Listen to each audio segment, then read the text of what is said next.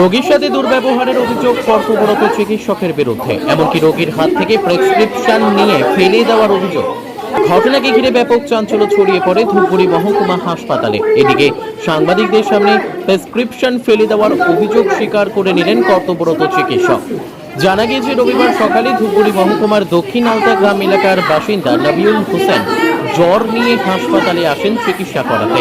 নবিউলের ভাই বাপি হোসেনও তার ছেলেকে নিয়ে একই সাথে চিকিৎসক দেখাতে আসেন। অভিযোগ, নবিউলের প্রচন্ড জ্বর থাকার পরও তাকে ওষুধ লিখে ছেড়ে দেওয়া হয়, এমনকি তাকে পর্যবেক্ষণে রাখার দাবি করে পরিবারের সদস্যরা। এদিকে পর্যবেক্ষণে রাখার বিষয়টি নার্সকে জানালে তাদের জানানো হয় প্রেসক্রিপশনে লেখে নেই পর্যবেক্ষণ রাখার বিষয়টি। এদিকে পর্যবেক্ষণে রাখার বিষয়ে আবার চিকিৎসকের সাথে কথা বলতে গেলে সেই সময় চিকিৎসক তাদের হাত থেকে প্রেসক্রিপশন নিয়ে ফেলে দেওয়া হয় বলে অভিযোগ। এমনকি নবিউলের ভাইয়ের ছেলের প্রেসক্রিপশনও নিয়ে ফেলে দেওয়ার অভিযোগ তুলে রোগীর পরিবার। ঘটনায় মুহূর্তের মধ্যেই চাঞ্চল্য ছড়িয়ে পড়ে হাসপাতাল চত্বরে। অভিযোগ উঠেছে, অনেকের সাথেই এমন দুর্ব্যবহার করেন ওই চিকিৎসক। এদিকে বিষয়টি নিয়ে চিকিৎসক সৃজিতা সাহার সাথে কথা বলতে গেলে তিনি ক্যামেরার সামনে স্বীকার করে নেন প্রেসক্রিপশন ফেলে দেওয়ার বিষয়টি। তিনি বলেন, আমাকে সাপে কামড় দিয়েছে, 24 ঘন্টা পর্যবেক্ষণে থাকার কথা আমার, কিন্তু এরপরও আমি ডিউটি করে যাচ্ছি। এটাই ধূপগুড়ি হাসপাতাল, এভাবেই ডিউটি করতে হয়। এদিকে প্রচণ্ড রোগীর চাপ, তারপর রোগীর পরিবার দুর্ব্যবহার করছে। আমি বলে চিকিৎসক নই, তাই আমার লেখা প্রেসক্রিপশন ফেলে দিয়েছে। এদিকে বিষয়টি নিয়ে রোগীর পরিবারের তরফে বাপ্পা হোসেন বলেন, স্বাস্থ্য দপ্তরে লিখিত অভিযোগ দায়ের করবেন। শুধু আমাদের সাথেই নয়, অনেকের সাথেই এমন ব্যবহার করেন ওই চিকিৎসক। এদিন যা ঘটনা ঘটেছে তা কখনোই মেনে নেওয়া যায় না। ধূপগুড়ি থেকে অনুপম চক্রবর্তীর রিপোর্ট, আমাদের টিভি।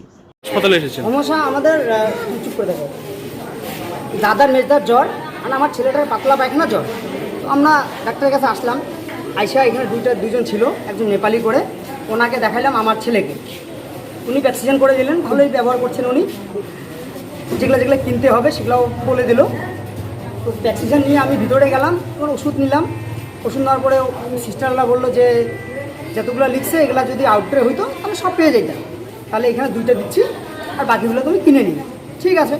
এমন সময় মেজদাকে বললাম যে কী খবর তোর? তো বলছে আমি তো থাকতেই পারছি না, আমাকে 4টা মাত্র ট্যাবলেট দিল, তা দুপুরে রাতে খাইতে বললো, আর আমি তো থাকতেই পারতেছি না। তো ঠিক আছে, আমি একটু ম্যাডামের সঙ্গে কথা বলি। তো ম্যাডাম গেল, ওইখানে আমি গেলাম, তো দেখতেছি ম্যাডাম নেই, ভিতরে গেছে। আমি ওর প্রেসক্রিপশনটা নিয়ে, দাদার প্রেসক্রিপশন নিয়ে সিস্টারকে দেখাইলাম যে দেখুন তো এনাকে কি অবজারে থাকতে বলছে। তো বলছে এরকম কিছু লেখেনি। তো আমি ডাক্তারের জন্য ওয়েট করে আছি। তো আসলাম, আসার পরে ডাক্তারও চলে আসলো।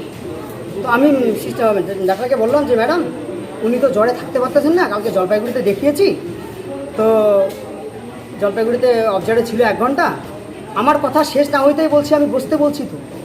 তো আমি বললাম যে বসতে বলছেন, আমি সিস্টারকে প্রেসক্রিপশনটা দেখালাম যে অবজারে থাকার জন্য আছে কি। বলছে না, এখানে লেখা হয়নি। তো কী করে থাকবো, আপনি তো বললেন না। বলছে হ্যাঁ বসো, এখানে 1-1.5 ঘন্টা বসো। 4টা ট্যাবলেট দিচ্ছেন, 4টা ট্যাবলেট দিয়ে কখন কী খাবে এটাও তো বলা হয়নি, আপনাকে 1 গাদা ট্যাবলেট দেবো। এই যখনই কথাবার্তা বলছি আমার হাত থেকে প্রেসক্রিপশনটা ছুঁড়ে ফেলে দিল। কার প্রেসক্রিপশন? ওটা দাদারটা। তো আমি বললাম যে এটা তো ঠিক করলেন না, আবার ল্যাঙ্গুয়েজও খারাপ করলো। আমি ল্যাঙ্গুয়েজ ঠিক করবেন, আমার ল্যাঙ্গুয়েজ ঠিকই আছে, এরকম ব্যবহারের জন্য এরকম ল্যাঙ্গুয়েজই ঠিক। আমি ব্যাপারটা কি খারাপ করলাম, আমি বললাম আরও তো লোকগুলো আছে। এখন কি অবস্থা আছে? তো তারপরে এরকম করে কথা বলতে বলতে আমার হাতে আমার বাচ্চার প্রেসক্রিপশন ছিল, সেটা ওষুধগুলো এখনও কেনা হয়নি। ওই প্রেসক্রিপশনটা নিয়েও ছুড়ে দিল। আপনার কী করণীয় আছে আপনি করুন, এই বলে তো আমরা এখানে কথাবার্তা হয়ে ছড়িয়ে আসলাম আর কি। তারপরে তো এইরকম অবস্থা। আবার আমাদের সঙ্গে যে বিহেভটা করছে এটা কিন্তু অনেকজনের সঙ্গে করছে। আমার সামনে একটা বয়স্ক মহিলা আছে, সে ভিতরে বললো যে আমাকে কি কামড়িয়েছে নাকি ভিতরে। তো উনি না আর কেউ ওনাকে যা তা বলে ভাষা দিয়ে বলছে। বয়স্ক কিন্তু। আপনাকে কি প্রেসক্রিপশন ফেরত দিয়েছে? না, তো এখনও পাইনি, এখনও প্রেসক্রিপশন পাইনি। আমি বিএমকে জানিয়েছিলাম, বিএমকে ফোন করলাম। তো বিএম বললো যে ঠিক আছে আপনার লিখিত অভিযোগ করুন। আমি বললাম যে আমার যে প্রেসক্রিপশনটা উনি ফেলিয়ে দিলেন সেটা কী হবে। আপনি কি লিখিত অভিযোগ করবেন? হ্যাঁ, আমি অবশ্যই লিখিত অভিযোগ করব। কি নাম আপনার? আমার নাম বাপ্পা হোসেন। কোথায় বাড়ি আপনার? আমাদের বাড়ি হচ্ছে দক্ষিণ আলতা গ্রাম। আপনার দাদার নাম কি? আমার দাদার নাম বাপি হোসেন। নবিউল ইসলাম ভালো নাম আর কি। একটা দুর্ব্যবহারের অভিযোগ, এমনকি প্রেসক্রিপশন ফেলে দেওয়ার বলে অভিযোগ করলেন রোগীর পরিবার, কি বলবেন এই বিষয়ে? কিছুই বলার নেই। যদি আমাদের কোনো কথাই না শুনতে, ওনাকে অবজারভেশনে থাকতে বলা হয়েছে, উনি 3 বার একবার এত ভিড়, একবার দেখান কতটা ভিড় আছে।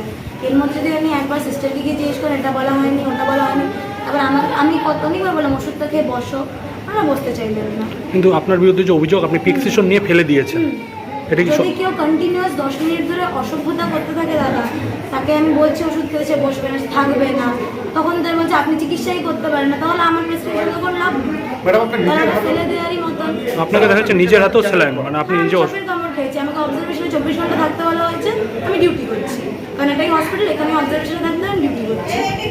খুব সোজা হিসেবে আমাদের কোনো ছুটি হয় না। হ্যাঁ, স্নেক বাইট হয়েছে, 24 ঘন্টা এবিএস চলেছে, কনভালশন হয়েছে, সবই হয়েছে। তাই আমি বসে ডিউটি করে আছি, কারণ আমার কাজ এটাই।